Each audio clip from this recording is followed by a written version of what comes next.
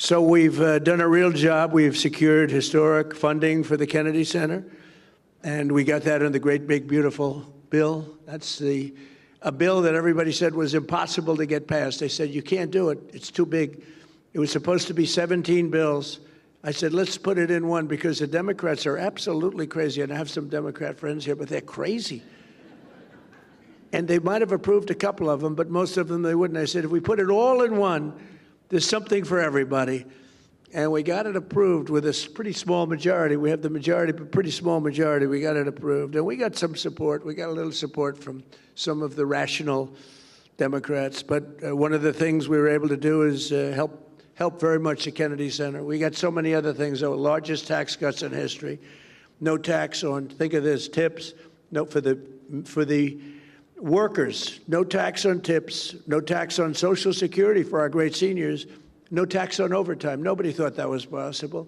You're allowed if you buy a car. These people don't know about buying cars, because you buy cars, probably you're not going out to borrow a lot of money, the group in this room. But you know what? Middle-income people, they never had this before. If you go out and borrow money, which almost everyone does, to buy a car, you're now allowed to deduct the interest for income tax purposes. It's never happened before. It's a great thing. We have so many things in the great, big, beautiful bill. But one of the things we have is we're going to rebuild our city, Washington, D.C. We now have one of the safest cities in the country. It was a horror show when I came here. A year and a half ago, this city was so dangerous. A year ago, it was so dangerous. We've been there 10 months, and now we're setting records for safety. We've had virtually no crime. We had terrorism 2 weeks ago, week and a half ago, horrible terrorism. But it sounds like we were doing so well that the terrorists felt they didn't want to see us do very well. But we have right now the safest capital. We have as safe a capital as anywhere in the world, and we had one of the most unsafe capitals in the world. Thank you.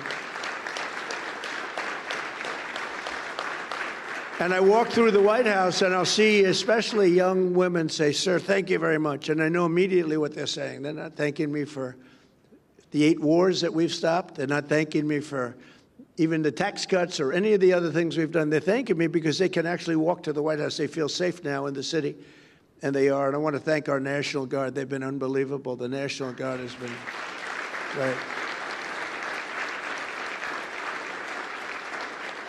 And Christy and Tom Homan and all the people that work so hard on that. And as you probably noticed, we just went into New Orleans, and we went into Memphis, Tennessee. We went in a light way because we have a lot of opposition there with these people. They want to have crime. I mean, it's the craziest thing, Chicago. But we've brought down crime and just given it a little dose of what we do really well. But we'll, at some point, just go in and do it exactly the way we want. We won't have any crime, and we'll have very little crime in Chicago, almost none. We'll stop it everywhere. We do stop it everywhere. And we had a governor, a very good governor from Louisiana. Jeff Landry just called, and he said, please do me a favor. Would you send the troops into New Orleans? It's really gotten bad. And I said, we'll do it. We just sent them in, and within about 3 days, everyone said it's like a different place. And he's a smart governor. And some of the governors, you'd be surprised at some of the ones that are calling, but we're stopping crime. I said we were going to, during the campaign, we're going to stop crime. Nobody knew we were going to stop it to this extent. Nobody knew we were going to have a border where in 6 months, not one person came into our country illegally. Think of that.